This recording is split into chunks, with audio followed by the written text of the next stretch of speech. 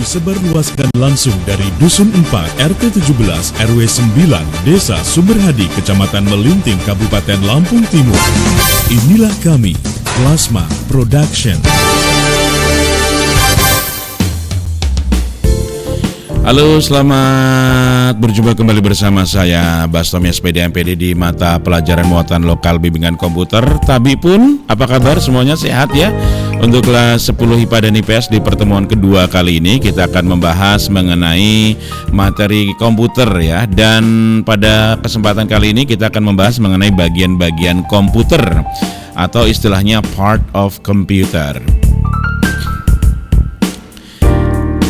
Ketika kita memilih sebuah perangkat komputer, mungkin kita pernah mencoba mengetahui tentang bagian dan juga fungsi-fungsi dari komponen yang ada di dalamnya. Dengan mengetahuinya, kita bisa mencoba meminimalkan kerusakan yang mungkin terjadi dan meningkatkan ketahanan spare part. Dan beberapa hal yang penting yang harus kita ketahui adalah bagian-bagian komputer itu sendiri. Dan sebagai siswa, kita juga tahu ya, apa sih bagian-bagian komputer, sehingga nanti pada saat kita akan menggunakan komputer, kita akan paham betul ya dengan yang namanya bagian-bagian komputer. Nah, pada dasarnya bagian komputer seperti yang ada di belakang saya ini, bagian komputer itu simple, tapi karena perkembangan komputer juga semakin maju, teknologinya semakin canggih, maka bagian-bagian komputer ini bisa banyak sekali. Tapi pada dasarnya yang pertama itu adalah CPU ya. CPU adalah kotak hitam yang ini ya, kotak hitam yang di dalamnya itu terdapat hard disk, prosesor, kemudian memori dan lain sebagainya. Kedua itu monitor. Monitor itu sebagai screen atau layarnya untuk menampilkan proses komputer atau apa yang sedang kita lakukan di situ. Kemudian ada bagian terpenting lainnya adalah keyboard. Keyboard ini untuk memberikan perintah atau juga untuk melakukan pengetikan, dan juga mouse ya. Mouse adalah untuk mempermudah kita memberikan perintah kepada komputer dengan cara mengklik kiri dan juga mengklik kanan. Nah, ini sebenarnya bagian-bagian komputer yang pada umumnya ya. Tapi kita juga harus tahu bagian-bagian dari komputer yang lebih jauh lagi. Dan salah satu contohnya adalah yang pertama nih. Bagian yang pertama itu casing atau case ya. Casing atau case ini merupakan pelindung dari prosesor, CPU dan teman-temannya ya. Jadi kalau misalnya kita lihat gambarnya di belakang saya, ini adalah contoh dari casing atau case ya. Bagian komputer yang satu ini merupakan bagian terluar yang fungsinya melindungi beragam perangkat penting yang membuat komputer bisa dioperasikan. Jadi agar perangkat-perangkat atau juga bagian-bagian yang lainnya tidak mudah disentuh oleh orang atau tidak mudah kena debu atau rusak, maka harus disimpan dalam sebuah case atau ibaratnya itu cover ya, atau tempat atau casing lah kita mengenalnya seperti itu. Di dalam sebuah casing yang terbuat dari mika atau metal ini terdapat perangkat keras seperti ada motherboard, kemudian ada floppy disk, ada power supply, ada fan, ada transistor atau dan lainnya. Ada RAM juga, ada hard disk, ada kipasnya juga, ada apa lagi ya? Ada driver apa? Ada PCI card dan lain sebagainya. Pokoknya perangkat-perangkat keras komputer yang mudah rentan itu disimpan di sini dan terhindar dari debu ya. Kemudian keberadaan casing ini berfungsi untuk menghindarkan perangkat dari panas, benturan dan debu dan lain sebagainya ya. Jadi maka kita harus menyimpannya atau meletakkan bagian-bagian tersebut ke dalam sebuah casing. Casing ini juga beragam, ada yang murah, ada yang mahal, dan banyak sekali model dan mereknya ya. Kita bisa cari di pasaran, dicari di Google kira-kira harganya berapa. Ada yang mulai dari 300 ribuan, ada yang sampai jutaan, bahkan ada yang lebih mahal dari itu. Kemudian bagian yang kedua ini kita menyebutnya keyboard atau papan ketik ya. Keyboard atau papan ketik. Papan ketik atau keyboard ini merupakan alat yang berfungsi untuk mengetik atau mengerjakan beragam perintah pada komputer. Keyboard umumnya tersusun atas huruf dan angka, dan beberapa simbol seperti up, down, delete, space dan perintah lain yang berguna untuk semua program komputer. Jadi kalau misalnya kita ingin memberikan perintah, juga bisa dengan memberikan perintah melalui keyboard ini. Sekarang ini ada jenis keyboard yang masih menggunakan konektor USB kabel, tetapi ada pula yang sudah berbentuk wireless. Jadi memang ya banyak sekali macam-macamnya. Kalau kita bicara soal keyboard, ada yang menggunakan kabel, ada yang tidak menggunakan kabel atau tanpa kabel, yang menggunakan wireless gitu ya. Jadi bisa kita kita gerakkan sesuai dengan keinginan kita. Kalau yang saya punya ini menggunakan kabel ya, jadi masih ada hubungannya kabel dengan CPU. Kemudian berikutnya adalah mouse. Mouse ini artinya tikus ya.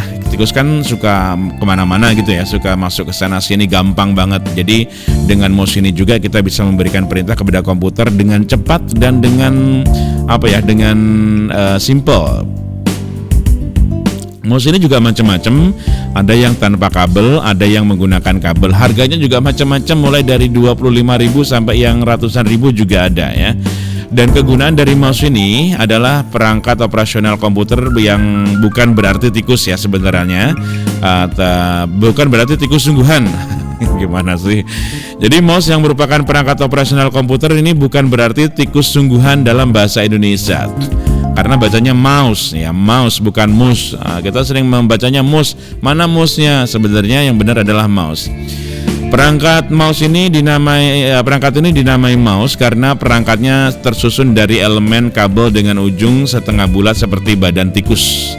Pada sebuah komputer, perangkat ini berfungsi penting untuk menjalankan perintah seperti scroll atau menggulir, ada zoom in, ada zoom out juga untuk memperbesar atau memperkecil dan kontrol tampilan layar. Dan hingga saat ini mouse hadir dengan teknologi wireless, juga ada USB model atau juga model optik. Jadi di bawahnya sudah tidak menggunakan roda lagi, tapi sudah menggunakan teknologi optik, dan ada juga yang tanpa kabel dan menggunakan kabel. Kadang-kadang kalau kita beli keyboard itu kadang-kadang sudah satu paket dengan mouse, tapi ada juga nih produk yang memang khusus menyediakan mouse saja ya.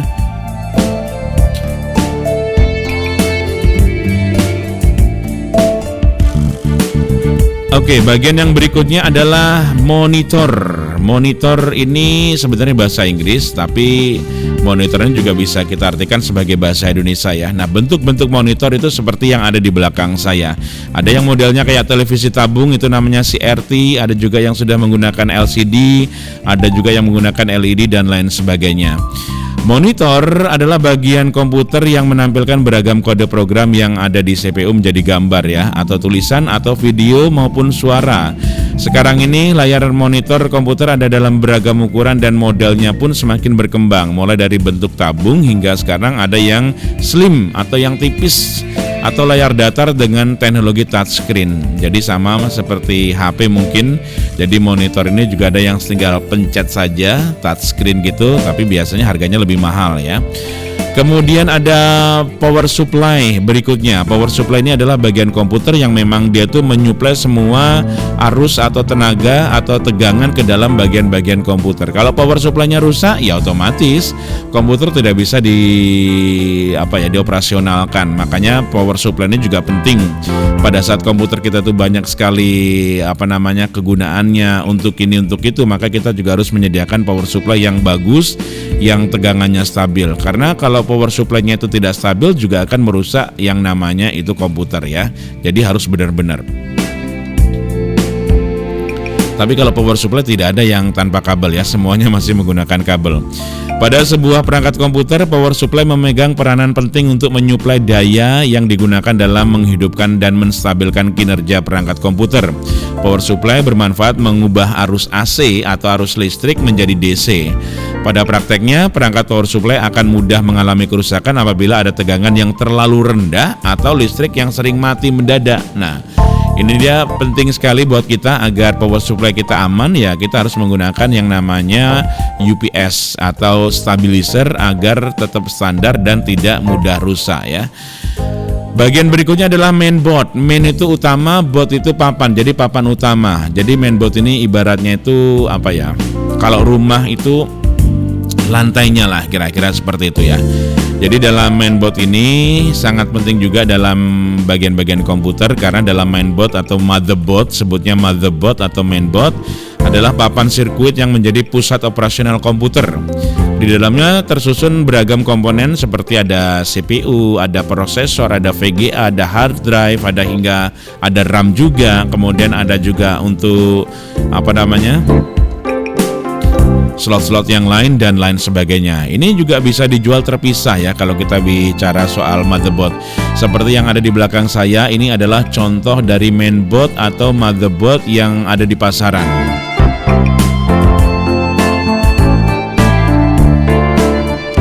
Harganya pun beragam ya, ada yang di bawah 500 ribuan, bahkan ada yang di atasnya itu. Untuk zaman sekarang, untuk para YouTuber atau untuk gamer yang suka main gaming gitu, biasanya harus menggunakan motherboard atau mainboard yang berkualitas. Karena kualitas dari motherboard atau mainboard ini juga nanti akan mempengaruhi proses kinerja kita sebagai pengguna komputer atau operator komputer. Berikutnya adalah CPU atau prosesor ya. Prosesor ini hal penting ya, karena prosesor ini bisa dikatakan sebagai otaknya komputer. Kalau prosesornya lelet atau lemot atau masih dalam kondisi yang lama gitu, biasanya prosesor akan mengalami mengalami panas yang beragam gitu ya. Jadi prosesor atau CPU ini merupakan Central Processing Unit atau perangkat yang biasa digunakan untuk pemrosesan data.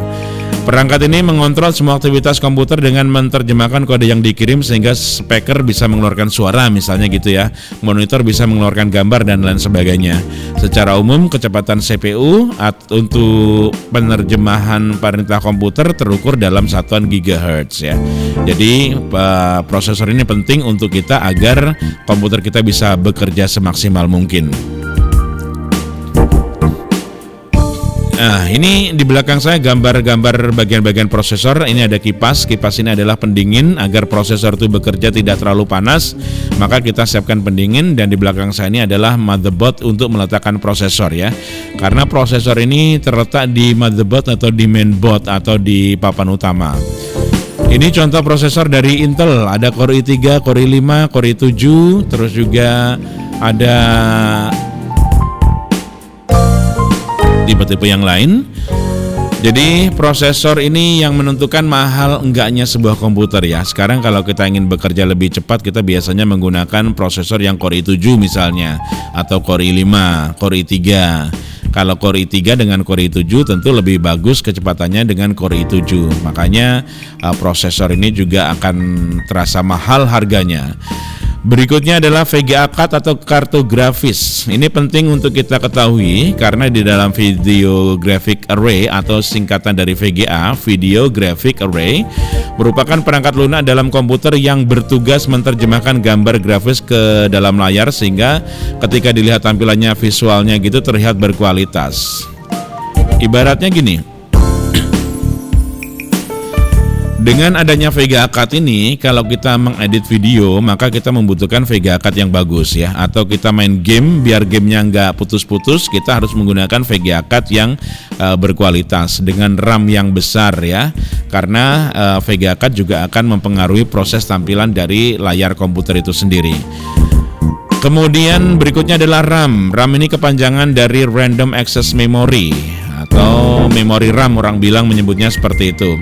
Dan di belakang saya ini adalah contoh gambar-gambar dari RAM yang ada di pasaran ya. RAM atau Random Access Memory merupakan perangkat yang digunakan untuk menyimpan data sementara sebagai hasil dari pemrosesan program.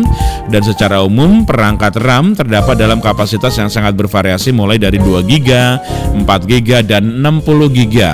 Semakin besar RAM-nya, maka akan semakin bagus kinerja komputer. Misalnya komputer kita dipakai untuk bekerja berat, makanya RAM-nya jangan dipasang cuma 2 GB, tapi harus 4, 6, 8, atau 16 gitu ya. Karena RAM ini juga akan menentukan proses yang dilakukan oleh komputer saat mengolah data yang kita berikan. Berikutnya adalah hard disk ya, atau hard drive. Hard drive itu banyak juga modelnya, seperti di belakang saya ini ada macam-macam hard drive atau hard disk. Dan perangkat bagian komputer yang satu ini dikategorikan sebagai memori internal ya, bisa dikatakan memori HP lah ya, atau memory card. Memori internal yang menyimpan semua data dalam komputer, baik itu program atau juga data-data yang kita buat, bisa file lagu, file program, file video, file Word, file Excel, file PowerPoint, dan lain sebagainya. Pada praktiknya, data yang dimasukkan dalam perangkat ini bisa dihapus atau ditambah sesuai keinginan dari pemiliknya. Jadi benar banget ya, kalau kita ingin menambah atau menghapus data yang ada di dalam hard disk ini bisa ya, karena ini sifatnya bisa dihapus dan juga bisa ditambah, dikurangi. Bahkan ya seperti memori HP seperti biasanya lah ya. Kemudian berikutnya adalah CD-ROM. CD-ROM ini atau biasa dikenal dengan DVD-ROM. Kalau sekarang sudah tidak keluar lagi yang namanya CD-ROM, tapi sekarang sudah rata-rata sudah menggunakan DVD-ROM ya. DVD-ROM ini merupakan sebuah perangkat komputer yang penting juga, karena tanpa DVD-ROM ini kita juga akan kelabakan dan bekerja dengan komputer ya. Pada perangkat komputer modern ada bagian komputer namanya CD atau DVD-ROM yang digunakan untuk membaca kepingan CD atau DVD. Nah, kita kalau mau nonton video atau muter CD di komputer harus ada CD-ROM atau DVD-ROM ini. Perangkat ini berbentuk persegi panjang dengan lubang di tengah yang biasanya dipakai untuk mendeteksi kepingan CD atau DVD dengan metode optik. Ya, biasanya kita memutar VCD, DVD, atau kita menginstal program yang terletak dalam CD atau compact disc atau DVD itu menggunakan CD-ROM ya. Oke, baik para siswa kelas 10 IPA IPS di pertemuan kedua, demikian tadi materi kita mengenai bagian-bagian komputer yang sudah saya jelaskan. Silahkan disimak videonya kalau kurang paham, dan terima kasih sudah menonton. Dan jangan lupa juga untuk melakukan memilih-milih video, klik-klik video yang ada di channel ini. Di sebelah kanan saya ada beberapa video, silahkan dipilih mana yang disuka ya. Akhirnya saya terima kasih, undur diri, sampai jumpa di pertemuan berikutnya, dan wassalamualaikum warahmatullahi wabarakatuh, and bye-bye.